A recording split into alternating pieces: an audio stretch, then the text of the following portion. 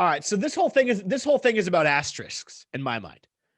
If they need to be in, and whether or not people want to give them an asterisk, I can't quite say that. Asterisks.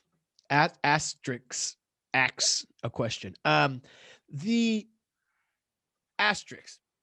I did a lot of research today. This is a controversial statement, but I think that Babe Ruth deserves an asterisk as much as these other guys do. Asterisks. I don't care anymore about what a little star next to his name. Babe Ruth played 3 years at Polo Grounds. 258 feet in right field. But everybody else who was on that team didn't have the numbers he had. I'm not saying he wasn't great, and I think that I went as deep. But before you get into that, those 3 years that he was playing at Polo Ground, because that was before Yankee Stadium was built, so he was still pitching. He was pitching Cy Young. He wasn't pitching on the Yankees. He never pitched for the Yankees? I don't believe he did. I could be wrong, but I don't think he was pitching. He pitched because he was Sox, lights out pitcher. Yeah, but he was a better hitter, and that was before they had two-way things. So 3 years at Polo Grounds, 258 feet in right field. I can hit a softball left-handed 258 feet. No problem. That's nothing. Okay. Hit 148 home runs in that time. When the Yankees moved to the new Yankee Stadium in 1923, the right field was 295 feet. Still under 300 feet. Babe Ruth hit 60 home runs in 1927 at that 295-foot field.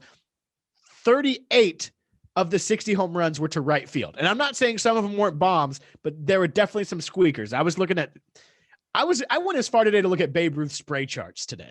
Do you know what a spray chart is? Yeah, of course I know what a spray chart is. Okay. So 60 home runs in 1927, and 38 of them are to right field.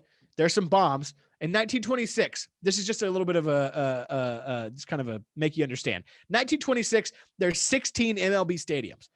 Of those, 3 had an area, a left field or a right field, under 300 feet. The Baker Bowl in Philadelphia, League Park in Cleveland, and Yankee Stadium. Baker Bowl in Philly had a 60-foot right fence, 60-foot tall right fence. So short field, but high fence. Yeah, it was like 290, but it had that tall fence. League Field had a raised fence. I couldn't quite get an estimate on what it was. And Yankee Stadium did not. Just a classic regular fence with easy to smack it over. No green monster. No green monster. No nothing. Okay. So I understand. And David Ortiz was playing in full-size fields. David Ortiz is playing in full-size fields, but he's not hitting however many home runs. He's hitting a good amount of home runs. Maybe I think top was like 52. But I mean, you could even argue that Red Sox right field is a very short little porch, very short fence, very short little corner right there. 100% it is. So this is where I gets into a differing opinion that I read today. Bill Jenkinson, who was an author, believes that Ruth, he has all this documented in a book called The Year Babe Ruth hit 104 home runs. He believes Babe Ruth in his career hits 16 plus home runs between 550 and 615 feet. Wow. And he has it's documented.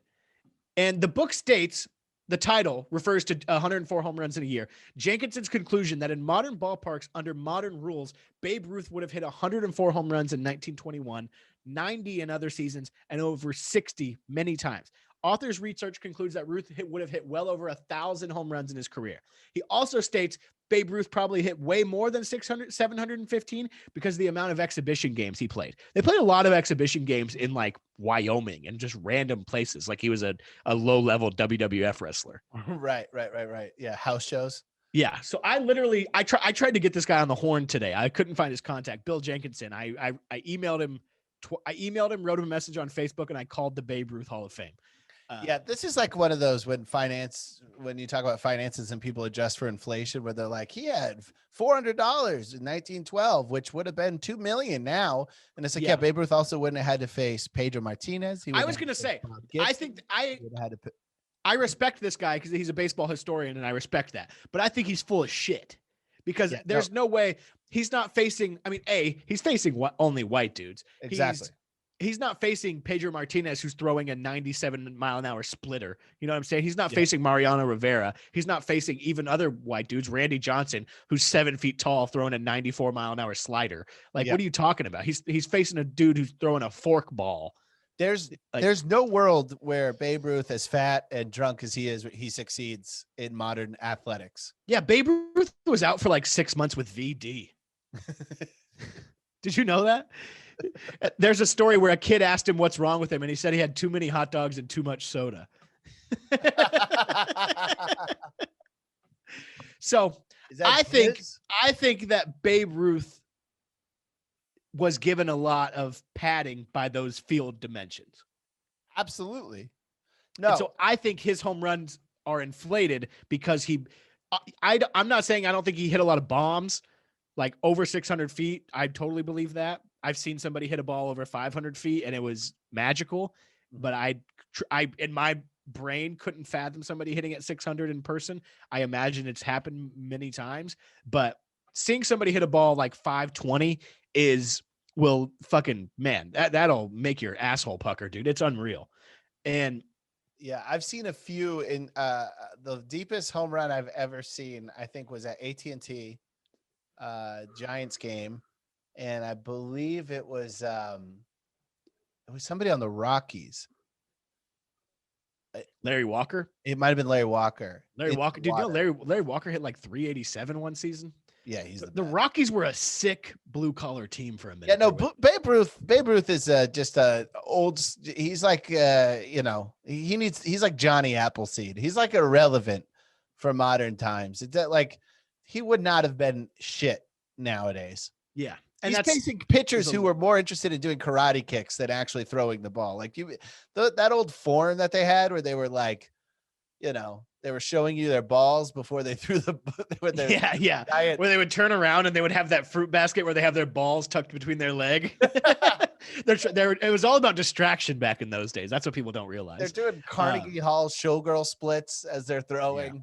Dude, Polo Grounds, it was very small in right field, left field. Center field was like 495 or something. I got to send you this website. I can't think of what it is off the top of my head where I got a lot of this info, but there's some real baseball nerds on this website with these stadium breakdowns. But it's showing all these different stadium layouts for Polo Grounds. Polo Grounds was so big that they did auto racing there.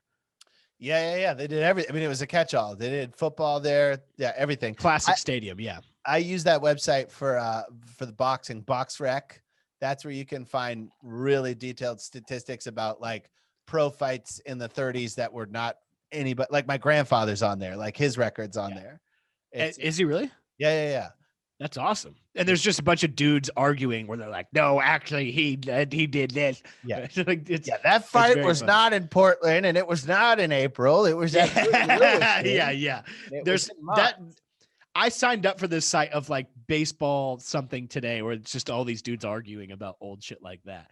But I was getting into that today, and I really think that Babe Ruth stuff is pretty interesting. So it's basically what your point here is you're trying to say that Barry Bonds had it even with steroids, did more against his competition than Babe Ruth did with the level of competition Babe Ruth. 100%, 1,000,000%. Yeah.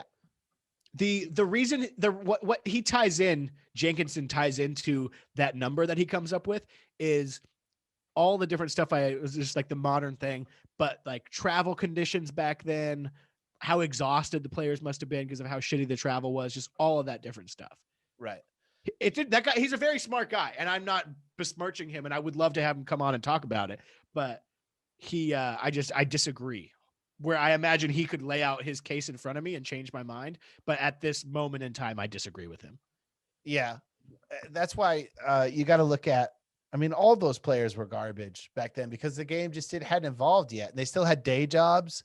You know what I mean? They were working at a factory and then they would go down to Yankee Stadium and play, 2 double headers. And then they would go fight a war. They would come back. Rube Waddell is out there striking everybody out and then eating candy and chasing fire trucks around the stadium. What?